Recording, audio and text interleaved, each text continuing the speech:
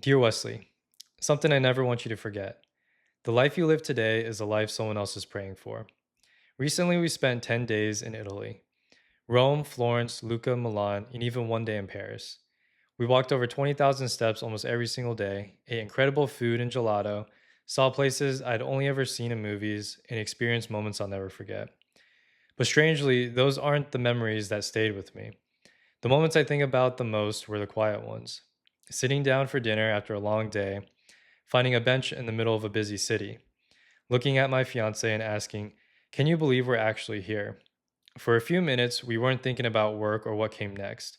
We were just present. And I realized how rarely I allow myself to feel that. One conversation changed the way I looked at the entire trip. Since we didn't rent a car, we spent a lot of time taking taxis. Most conversations were simple with the taxi drivers until one driver smiled after hearing where we traveled. "You've been to some of the best parts of Italy," he said, "and you're lucky you're seeing them while you're young." I asked if he ever visited the United States. He paused. "No," he said, "but one day I hope so." That answer stuck with me. Here I was, standing in someone else's hometown, while the person driving me around dreamed of seeing mine. It made me realize something. Sometimes we're so busy chasing the next destination that we forget we're already living in someone else's dream. Social media makes this even harder. Every day, we're shown someone flying first class, staying in a nicer hotel, or traveling somewhere more beautiful. The algorithm quietly tells us you could have more. And after hearing that enough, it's easy to believe your own life isn't all that special. But special depends entirely on who's looking. To someone else, my ordinary life is extraordinary. The ability to take 10 days off, to book a flight across the world, to explore another culture with someone I love, those aren't guarantees, those are privileges. One evening, we had dinner on a rooftop overlooking the Duomo in Milan as the sun began to set.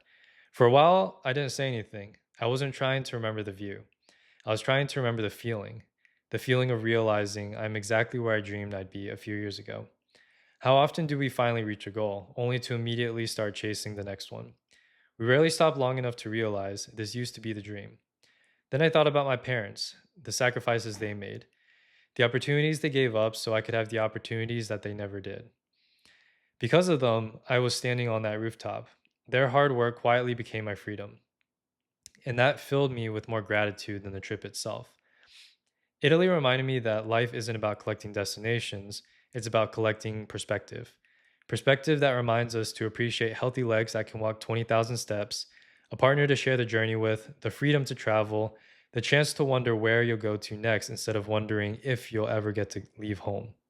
So, future me, don't let comparison convince you your life isn't remarkable, because while looking at someone else's dream, someone else is looking at yours.